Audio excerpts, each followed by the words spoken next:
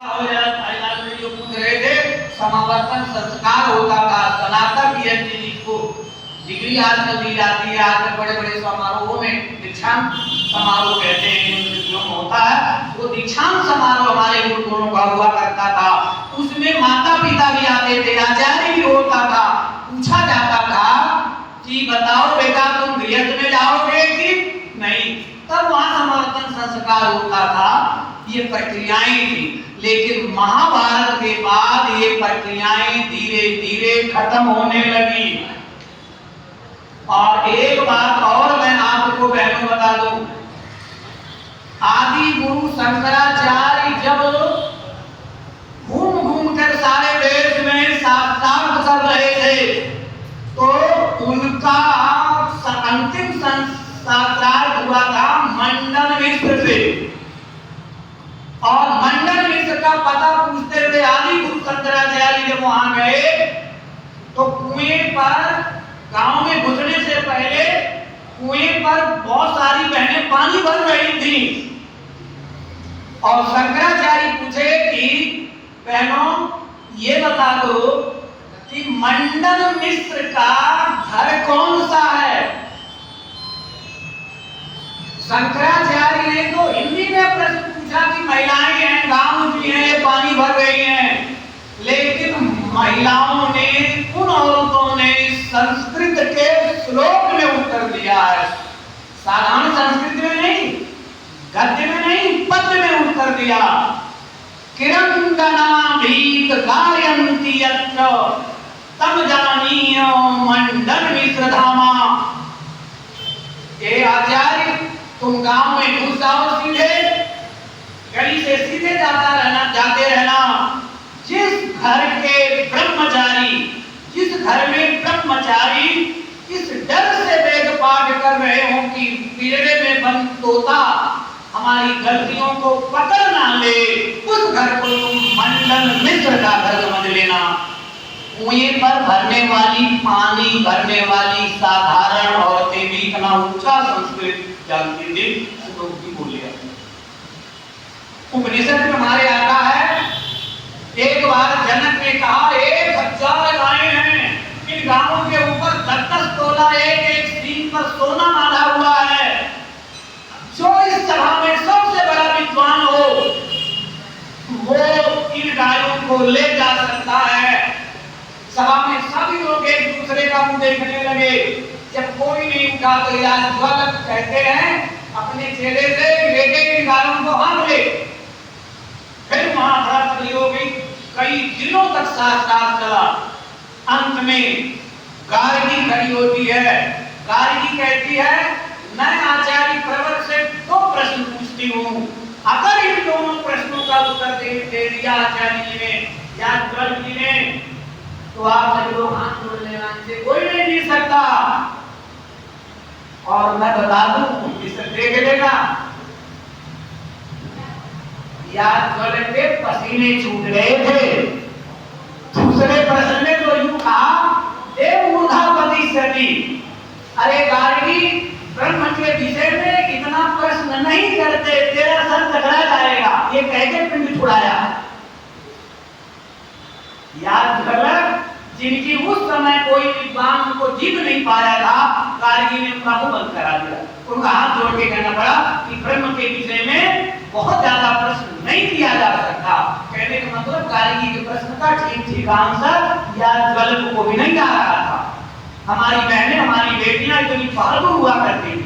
आज अवसर मिला है, रिजल्ट उठा करके हर साल का देख लेना, 10वीं 12वीं का पहली 3 पोजीशनों पे हमेशा बेटियां ही जाया करती हैं, ऐसी कोई बात नहीं है। पहले कलकत्ता में सबसे पहले एक बस की ड्राइवर एक लड़की आ गई, कहते हैं कलकत्ता में उस बस में कोई बैठा ही नहीं था ड्राइवर जो महिला बनी तो। और धीरे धीरे लोग जो है फिर उसके ऊपर सवारी करने में बनाते हैं, कहाँ जाके ठोक दे। लेकिन नहीं, मैं कह रहा था आदि गुरु शंकराचार्य जब मंडन मिश्र के यहाँ गए, तो मंडन मिश्र के साथ साक्षात हुआ। कई दिनों के बाद मंडन मिश्र जवाब नहीं दे पाए, हार गए। आचार्य शंकर मुस्कुराए, शंकर जब मुस्कुराने लगे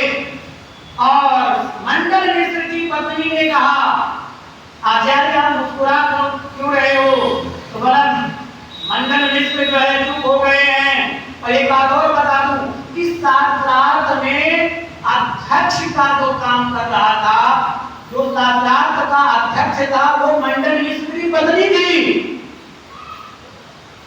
तो मंडल मिश्र की पत्नी ने कहा, अभी आपकी विजय आधी हुई है। शंकर बोले कि आधी कैसे हुई है, पूरी विजय है, ये तो उत्तर नहीं दे पाए।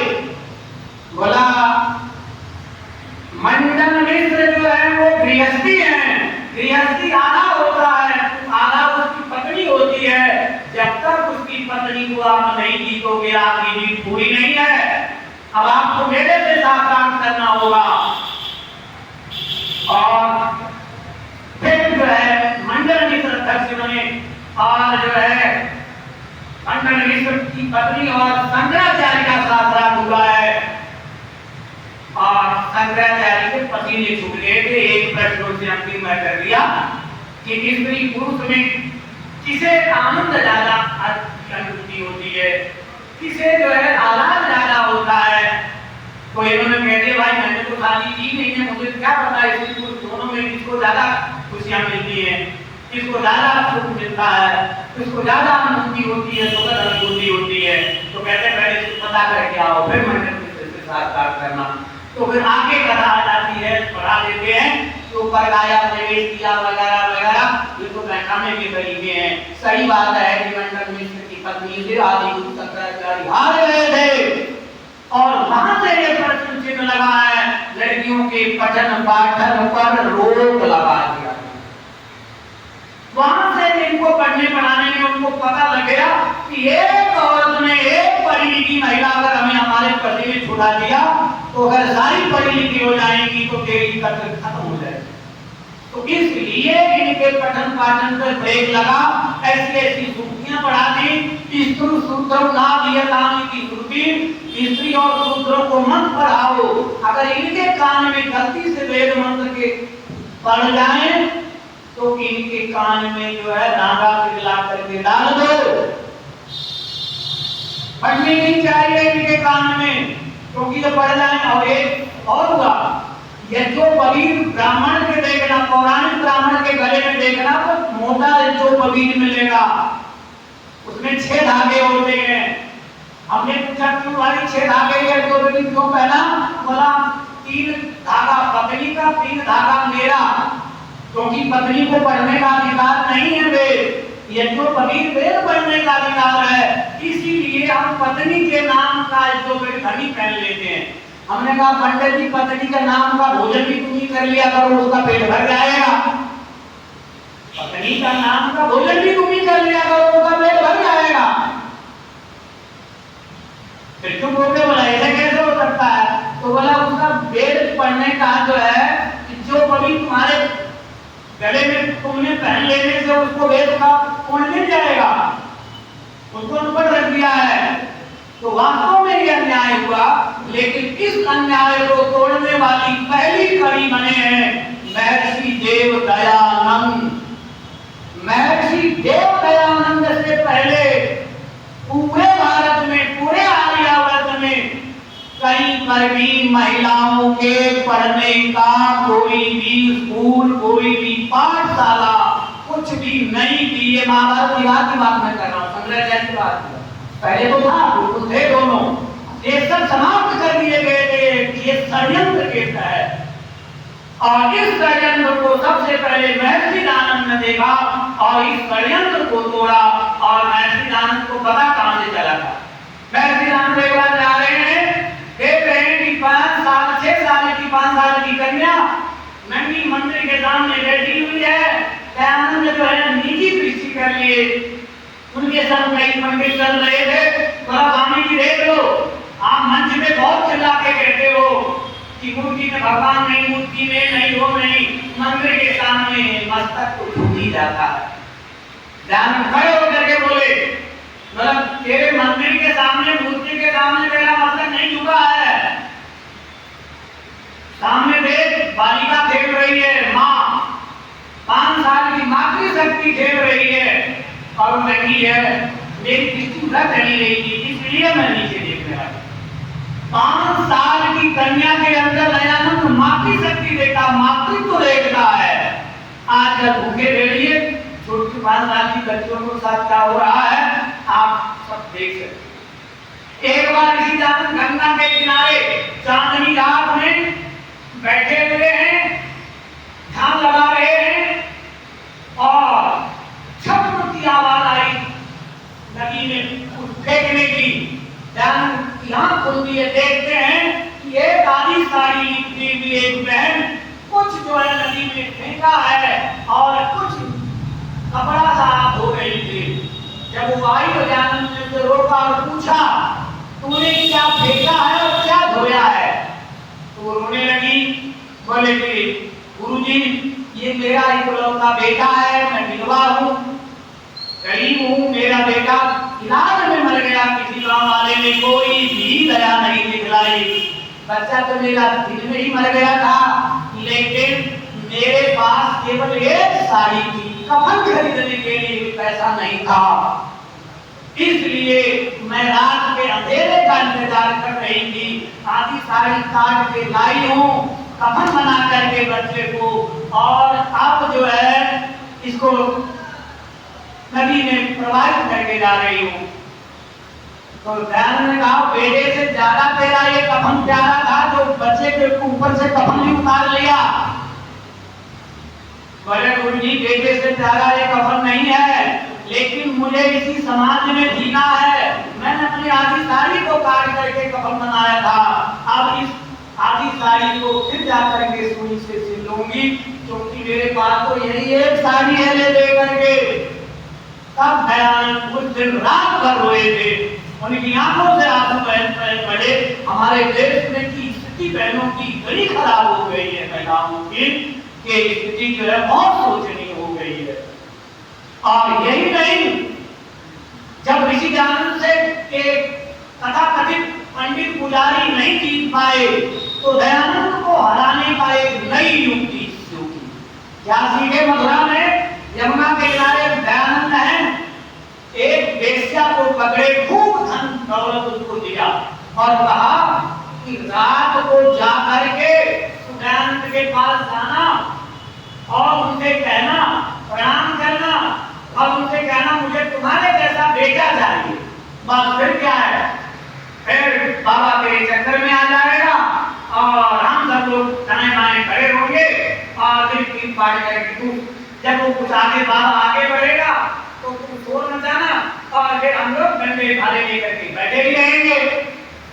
और अच्छी बात, वो महिला लोग में पहुंच गई और वो ध्यान में है, पद्मासन लगाए हुए, और महिला जा करके उनके जो है गोद में सिर के ऊपर जो पैर के ऊपर अपना माथा रखा, ध्यान में जो है तुरंत जाके माँ कहकर प्रणाम किया, बोला आप इस समय में माँ कैसे आ गया? तू बेश्या को माँ कहने वाला कोई आज तक मेरा नहीं था, दयानंद दादा दादू का पहला पुरुष था तो बेश्या अपने माँ देख रहा था। तो वो कहने लगी कि स्वामी जी मैं आप जैसा पुत्र चाहती हूँ। तो दयानंद एक पल नहीं लगाया उत्तर देने में, बोला माँ आज से ये 36 साल का दयानंद तुम्हारा बेटा है, तुम मेरी माँ हो, तुम्हारी ये समस्या मैं आज अभी और इसी जगह हल कर देता। और वो बड़े सम्मान के साथ वापस गई और फिर सारी घटना बता दी और सारे पंडित को पीछे जो अपना प्लानिंग बना कर रह गए थे सबको भेज हो गया। तब ऋषि दयानंद को झटका लगा था और उन्होंने जो है महिला उद्धार के विषय में बहुत काम किया है। तो वास्तव में महर्षि दयानंद ने सबसे पहले सत्यार्थ प्रकाश के तीसरे समोल्लास में, तीसरे समोल्लास में पठन पाठ लिखा है, चौथे समोल्लास में महिलाओं का ही समोल्लास है, बहुत सुंदर लिखा है। ऋषि दयानंद ने किया है कि लड़का अनपढ़ रह जाए किसी परिवार में तो चलेगा, लेकिन कोई बहन अनपढ़ नहीं रहनी चाहिए। ऋषि दयानंद लिखते हैं, व्यवस्था बनाते हैं कि आयुर्वेद और व्याकरण का ज्ञान बेटियों को अवश्य होना चाहिए। आयुर्वेद का ज्ञान हो और व्याकरण का ज्ञान हो। आयुर्वेद में तो शरीर स्वस्थ रहेगा, निरोग रहेगा, लड़कियां आयुर्वेद का ज्ञान, डॉक्टरी का ज्ञान रखेंगी, प्राथमिक चिकित्सा का ज्ञान रखेंगी, तो अपने परिवार में बच्चों का सबका इलाज कर सकेंगी। अगर व्याकरण का ज्ञान होगा तो बच्चों को बोलना जो है बचपन से ही सही हो जाएगा।